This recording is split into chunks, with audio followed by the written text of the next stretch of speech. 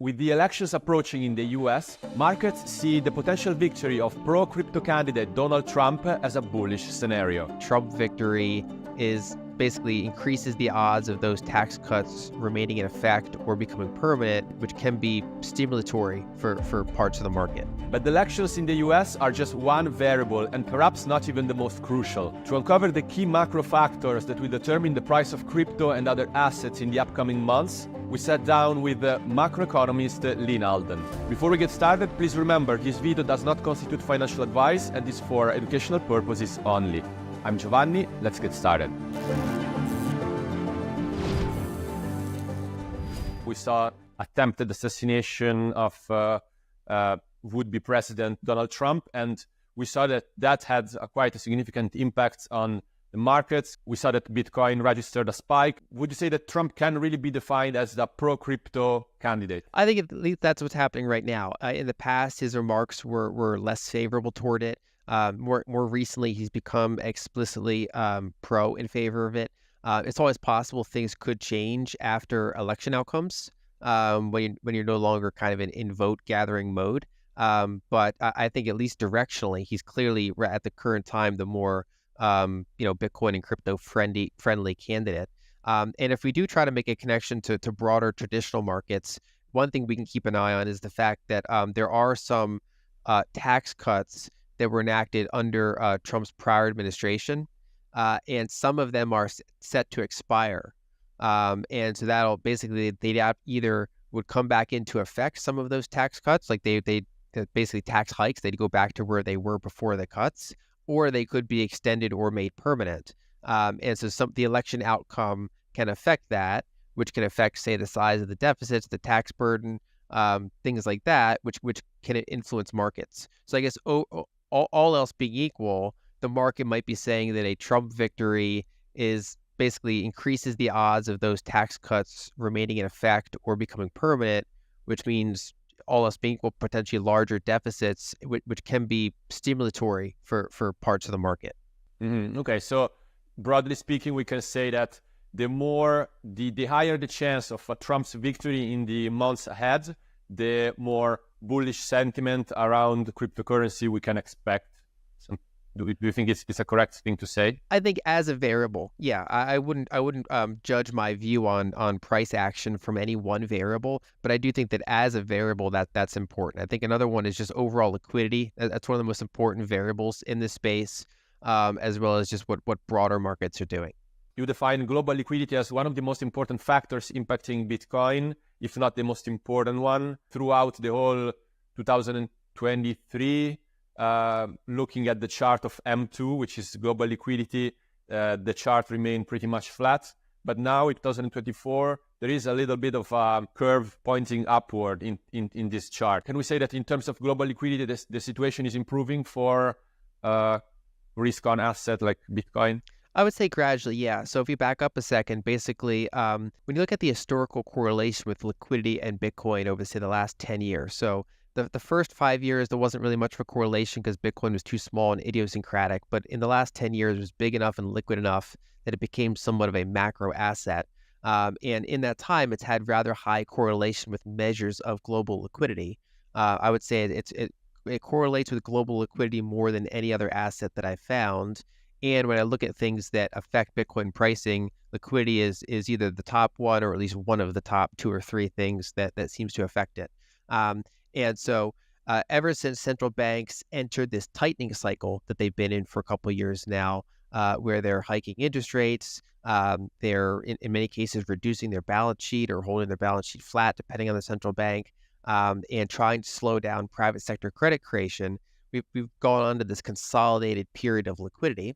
And when you look at global liquidity, basically what we're looking in that context is global money supply denominated in dollars. And the reason dollar denomination is important is because so much global debt is denominated in dollars. And so money supply in dollar terms relative to the debts are relevant and can affect liquidity conditions. So a strong or weak dollar relative to a basket of other currencies also affects effective measures of liquidity. And so we've been in this consolidation. The S&P 500 has done probably a little better than I would expect in that liquidity environment. Bitcoin did about what we would expect in that liquidity environment, being more correlated with it. I do think that we are probably breaking out now.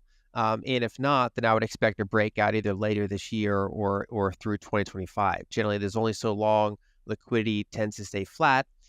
If we look at New York Fed projections around what they're going to do with their balance sheet, there's a good chance we'd see resumption in balance sheet growth, or at least no longer shrinking of the balance sheet by 2025.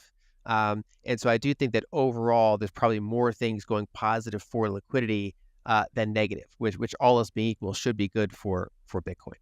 Okay, and that kind of leads me to the next question, which is about your general outlook for crypto and Bitcoin. So in your recent newsletter, you said that you don't have a very strong view or prediction for the price of Bitcoin in the upcoming months, but you have a bullish position on Bitcoin for the next 2 years. Can you perhaps expand on that? Yeah, basically, when you go a little bit further out, you give yourself a little bit more runway because any quarter could be affected by a couple hot economic prints or things like that that could keep the Fed tight for another quarter, for example. So trying to predict any sort of 3-month outcome is tricky.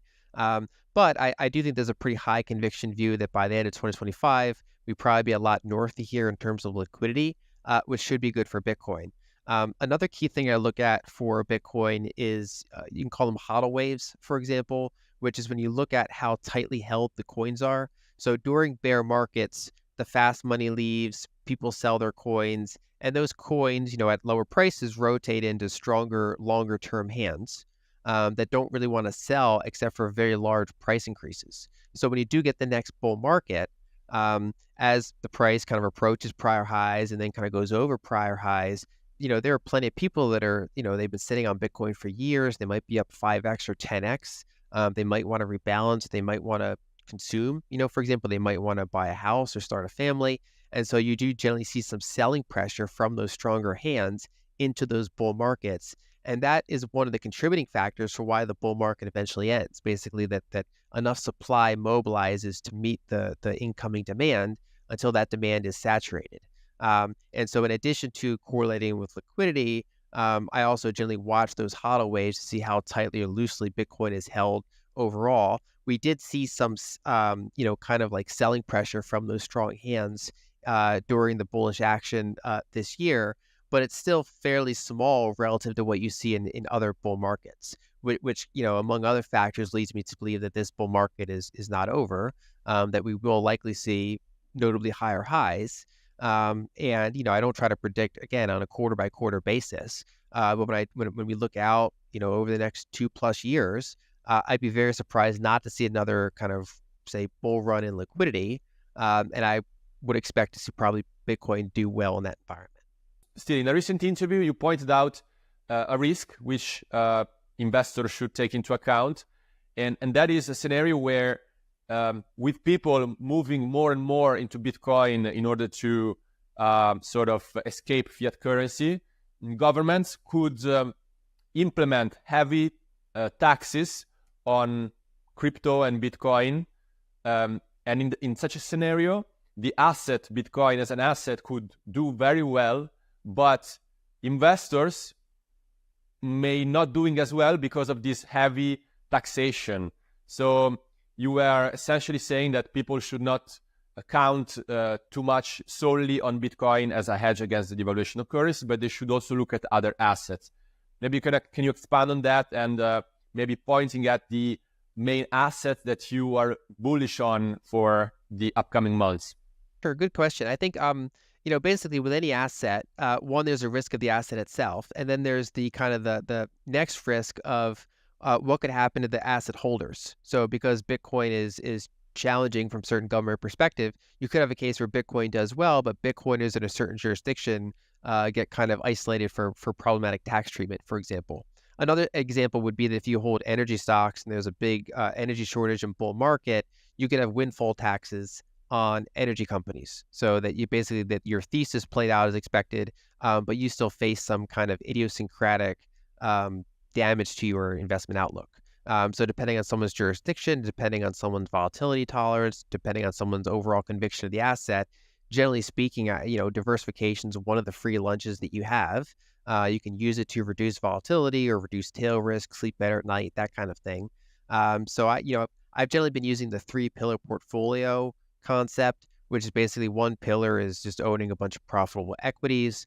Another pillar is owning some cash equivalents, short-term bonds, basically assets that kind of meet whatever your liabilities are, lower volatility. They benefit from periods of, say, liquidity crisis or recession. And then the third pillar would be hard assets and hard money. So things like energy producers, gold, Bitcoin. And of course, if someone's particularly high conviction on say, Bitcoin, they can dial that up. Whereas there are other people that don't have any conviction on Bitcoin. So they either leave it as a small amount or they might just exclude it entirely in favor of gold, which I wouldn't particularly advise. And so that's kind of the framework that I'm mainly approaching investing from. And for me, Bitcoin fits into that third pillar. I as a kind of an individual investor, I prefer to be pretty overweight Bitcoin. But obviously someone has to take into account their own volatility tolerance and how much they've researched the asset. That was an interesting take because people tend to think about the asset in a sort of vacuum, and that they don't think about all the jurisdiction-related risk that a certain asset can present. Lyn, maybe you have any final thoughts for our viewers on investors that are looking at us right now, how they should better navigate the macroeconomic environment in the next few months and years? Yeah, so I would say the background, it's kind of like making sure your timeframes are known. So for example, I think the longer term outlook is ongoing fiscal dominance, debasement. That's kind of the structural backdrop we find ourselves in. And that can be a dangerous environment because if you do get kind of currency debasement, that's where you tend to get capital controls and things like that, which increases the odds of some of those risks we talked about, things like, in certain jurisdictions, preventing people from buying, Bitcoin or trying to kind of tax it back out of them, things like that. And then the shorter term outlook is kind of monitoring some of the economic softness we've been seeing a little bit. So rising unemployment rate, kind of soft economic data. So I do think that we're kind of entering maybe a soft patch within the broader trend of just overall fiscal dominance and debasement. Cool. All right. Thanks a lot, Lyn. It was a pleasure to have you on our show. Thank you. Happy to be here.